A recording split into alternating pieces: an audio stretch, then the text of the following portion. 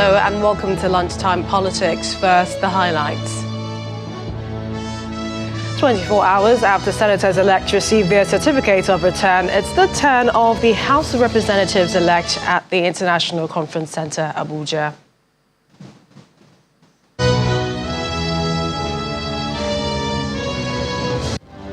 Court of Appeal to rule on INEC's request to vary BVAS following PDP and Labour Party's plea for inspection of election materials. Plus, ahead of the governorship election, Yobe APC members reconcile pledged support for Governor Mai Mala Buni.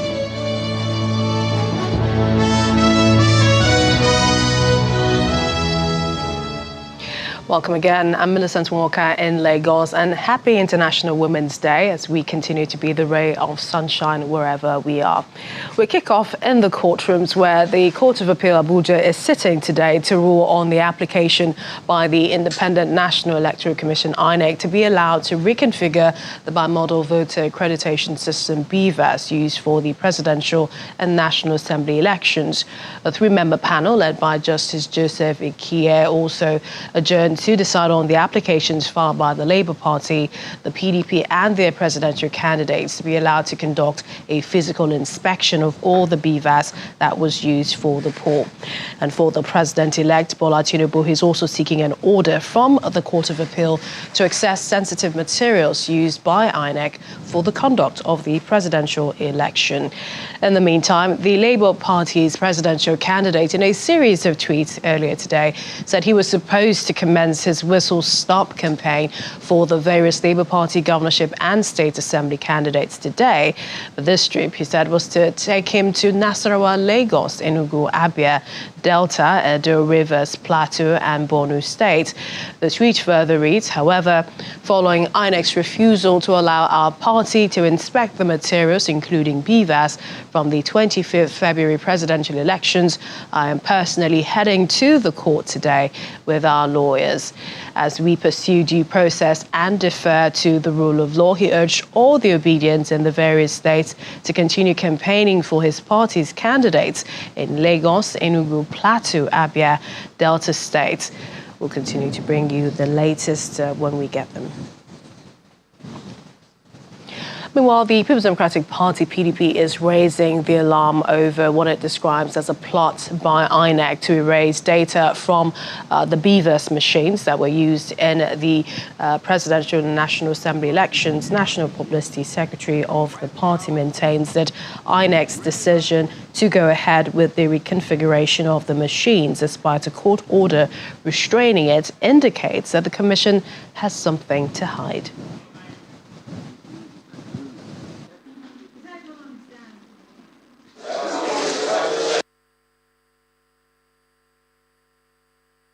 We have called you to alert Nigerians and the international community of the atrocious move by the Independent National Electoral Commission, INEC, to destroy and erase evidence of its intolerable rigging of the February 25, 2023 presidential election. Late yesterday at 10:10 p.m., note that time, 10:10 p.m. yesterday, INEC, in a desperate move to prevent our party and candidate from obtaining necessary evidence as ordered by the court, filed a motion requesting that it be allowed to reconfigure the BVAS machines and wipe out relevant information that our party and candidate require to prosecute our case at the Presidential Election Tribunal. INEC admitted that, and I quote from their own document, which is here, the motion that they filed in court, which is here. They said, BVAS applications store the accreditation data for all voters accredited on the device for the presidential, senatorial districts, and House of Representatives election conducted on the 25th February 2023. And that the reconfiguration of the BVAS devices, quote from their words, entails purging the accreditation data on the BVAS devices. So what they are hoping is to purge those information. Musa Abdullahi. Seidu Musa Abdullahi.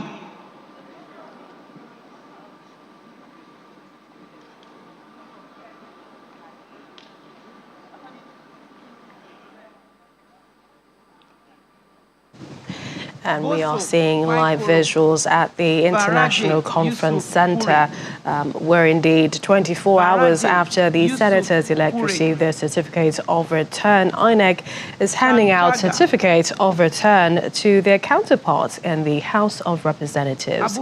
The legislature is an important arm of government that complements the executive and the judiciary in a presidential system of government. In the House of Representatives, according to the Commission, the All Progressives Congress garnered about 162 from the 360 seats. The PDP got 102, Labour Party 34, the New Nigeria People's Party 18, All Progressives Grand Alliance 4, SPD and ADC got 2 each, while the YPP won 1 seat. According to INEC, in last Saturday's elections, winners were declared for 423 national legislative seats. And of course, for the House of Representatives, we have about 325 out of the 360 seats that have been won by about 8 political parties. It also shows that there are several seats where supplementary elections will hold, and also a number of seats where there are court orders. Magama Rijau. Shehu Saleh Rijau.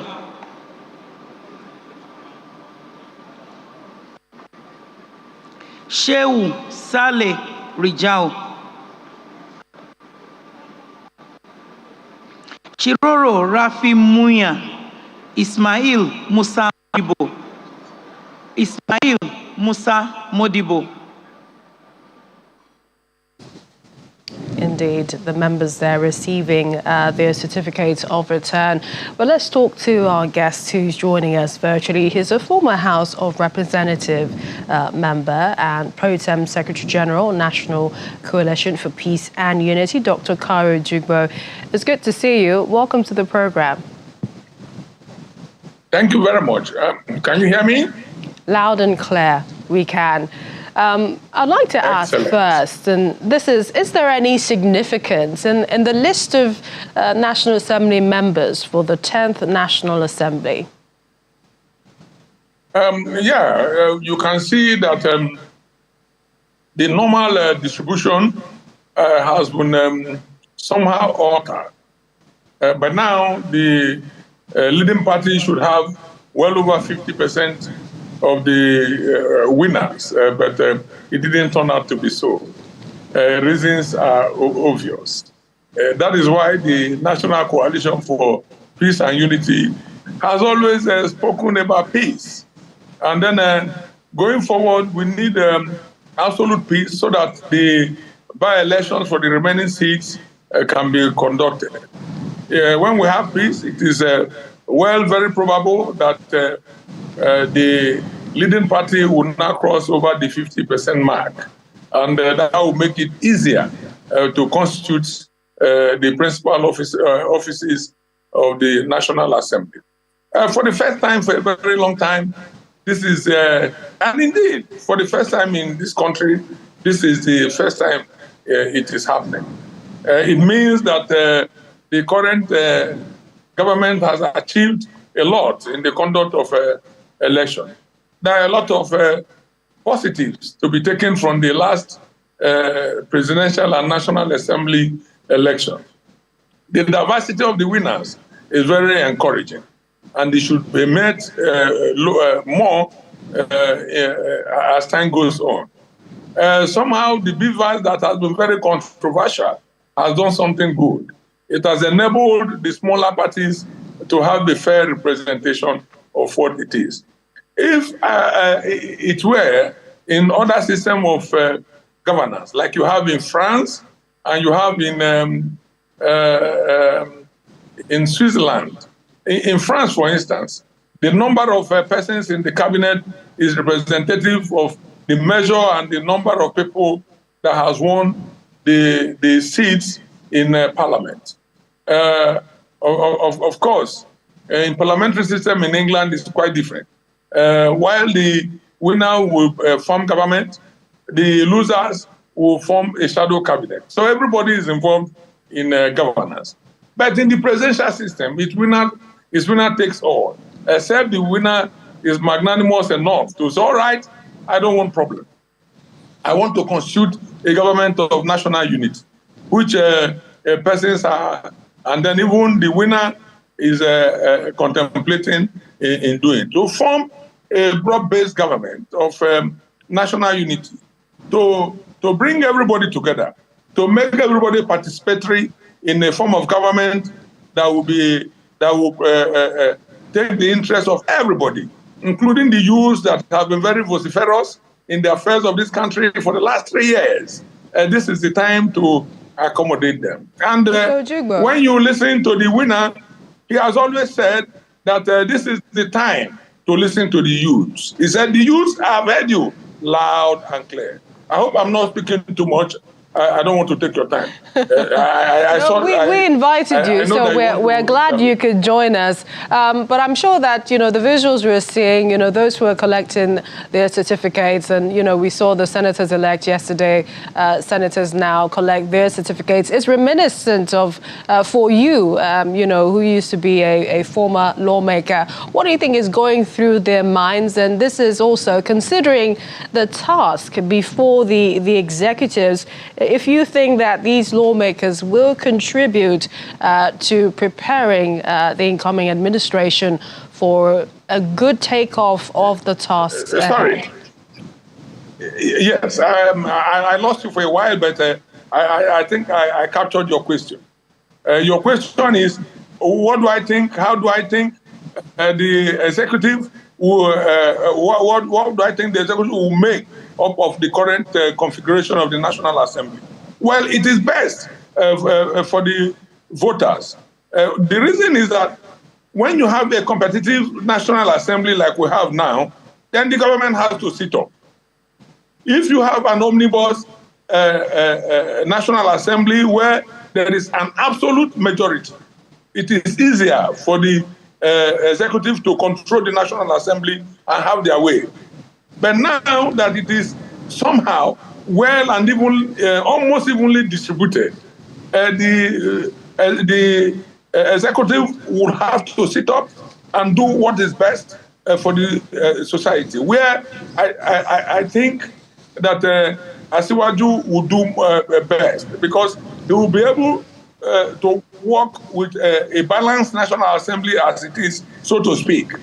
Well, the government will now listen more to the people through the National Assembly. For instance, we know what is paramount in the minds of people in this country today. Number one, restructuring. Number two, the economy. Number three, security. Number four, education. But of all these, the most important is security and peace. Because if you don't have security and if you don't have peace, you will not have security. Thank you, Doctor. The two of them, they are partners. And I believe that Asiwaju is capable enough to be able to handle this. We appreciate you. Thank you for your time. Former House of Representative member and Pro Tem Secretary General, National Coalition for Peace and Unity, Dr. Cairo Ojugbo. Thanks for joining us today. Thank you. Is that all? I thought I would spend more time because I have more to say. But perhaps another time. We appreciate your time. We need to go on break now and continue with other stories. Well, we are going to go on a short break. When we return, we have more on party politics as over 10,000 PDP members, supporters, dump a party for the All Progressives Congress that's in Katsina State. Do stay with us.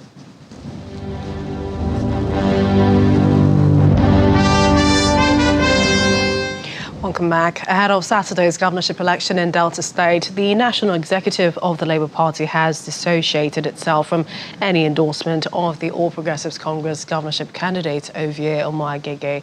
The National Chairman, Special Duties Committee, Emeka Mandela, who led other Labour Party chieftains and leaders in a press conference in Asaba, disclosed that the purported alliance with the APC made by a group last week does not have the support of the party. They've asked members of the Obedient Movement to disregard such endorsements and go ahead to cast their votes against the APC on Saturday, the 11th of March. Some news making rounds that the Obedient family of Delta States have endorsed and is supporting the APC candidates for the 11th general elections of gubernatorial and state assembly. Please, to the viewers out there listening and to all supporters of Labour Party and the Obedient struggle, this is a false news. We've come here to debunk such rumors saying that the Obedient family are supporting the APC for the next elections coming up on Saturday. Let it be on record that the APC has plunged Nigeria into darkness. Let it be on record that the APC has put sorrow over the land. And the youth of Nigeria are still mourning. We are sad, and we are using Saturday as an expression of the demonstrations we should have been doing on the streets by now. We decided to shield our sword of the demonstrations that you would have been seeing happening around the nation, to take that demonstration to the polls on Saturday against APC.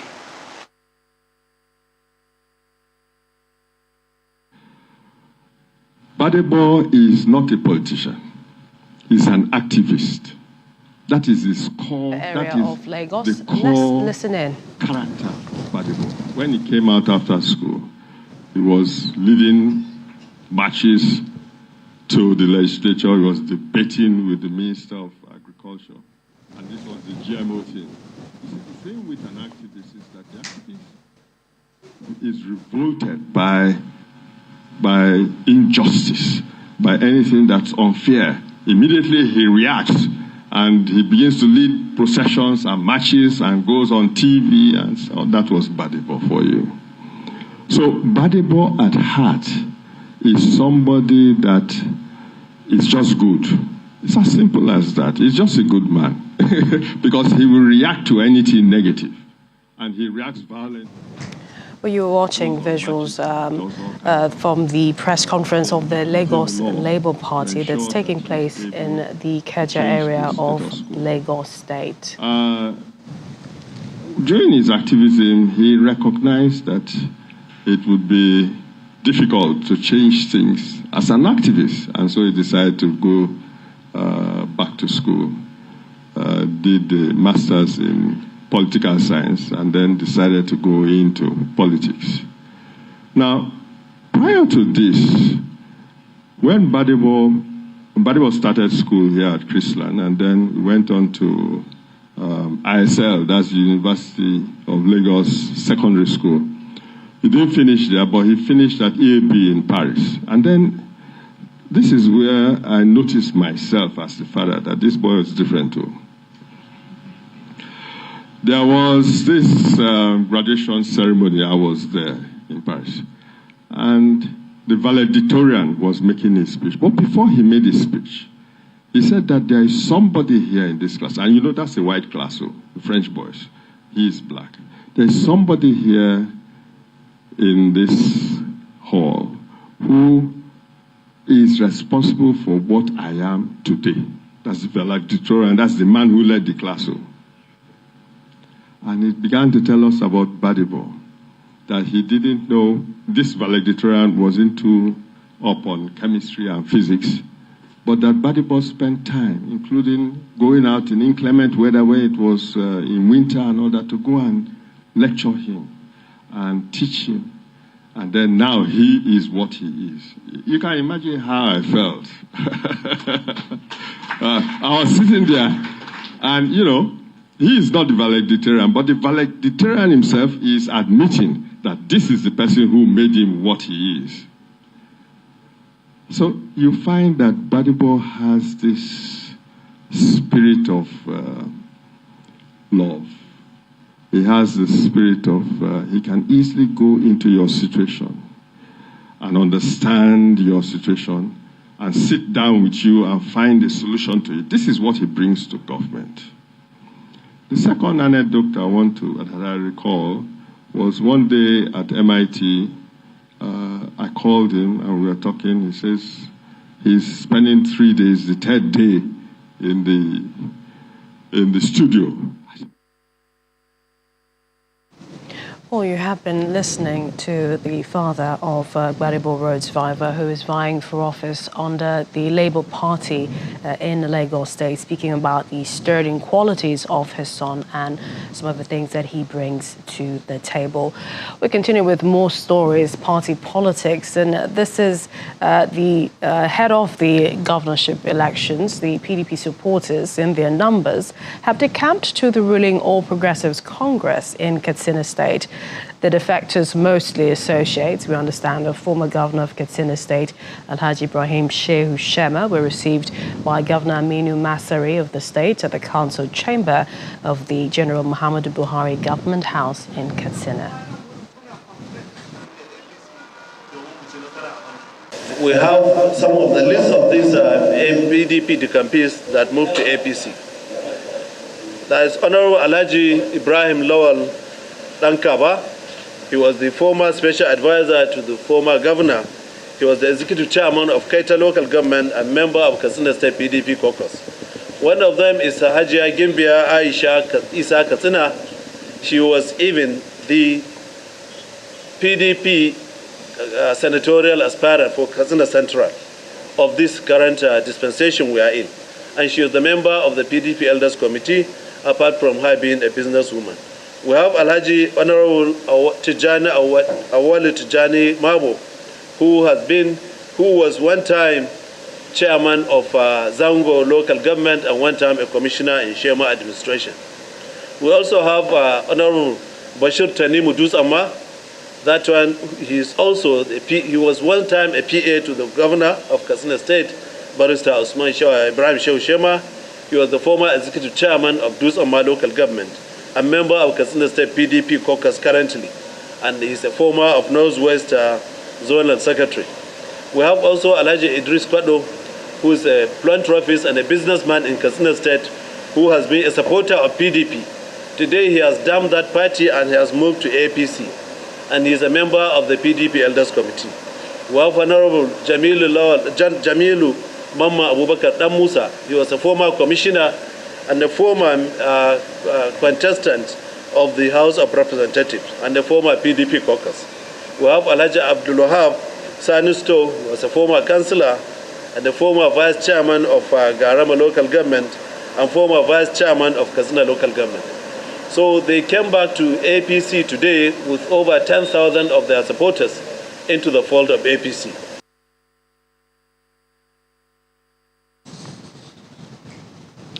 We have more political stories, and the presidential candidate of the People's Democratic Party, Mr. Atiku Abubakar, has named a 19-man legal team of senior advocates of Nigeria, where he says he wants his mandate reclaimed. We take it that this is also towards the electoral tribunal contesting the candidacy or the president-elect who was announced by INEC as the president-elect of the presidential elections, which held February 25. The former vice president, we understand, named and inaugurated the legal team in Abuja. And now at that inauguration, he charged the team to establish the claim of illegality of the February 25th presidential election and reclaim the mandate of the Nigerian people. More stories. The Niger State Police Command has been responding to allegations that a building was discovered where ballot papers and BVAS machines were found in Minna Metropolis. While the Police Command has categorically denied the allegations, saying that the publications do not reflect the true position of the incident. The command states that on the 5th of March, information was received and some persons were found in a building at Boso Estate. However, upon receipt of this information, they mobilized to the estate and contrary to the report on entering the building and based on investigation, it was discovered the information was untrue and false in its entirety. Well, elsewhere, the crisis rocking the River State chapter of the Labour Party may have taken a new dimension. This is as at a press conference, chairman of the River State chapter of the party announced the party support for the PDP candidates. This has not gone well with the Labour Party, and they've been making their displeasure felt, saying the chairman does not speak for the party and he may have been compromised by the promise of financial rewards. Elsewhere, a coalition of civil society organizations for Tinubu Shetima are asking politicians and political parties to stop protesting the results of the 2023 presidential election, which they say is a reflection of the people's choice. The group made the call at the headquarters of INEC in Abuja yesterday. And you've been served on Lunchtime Politics. Don't forget, you can join the conversation as it continues on our social media platforms on your screen showing there.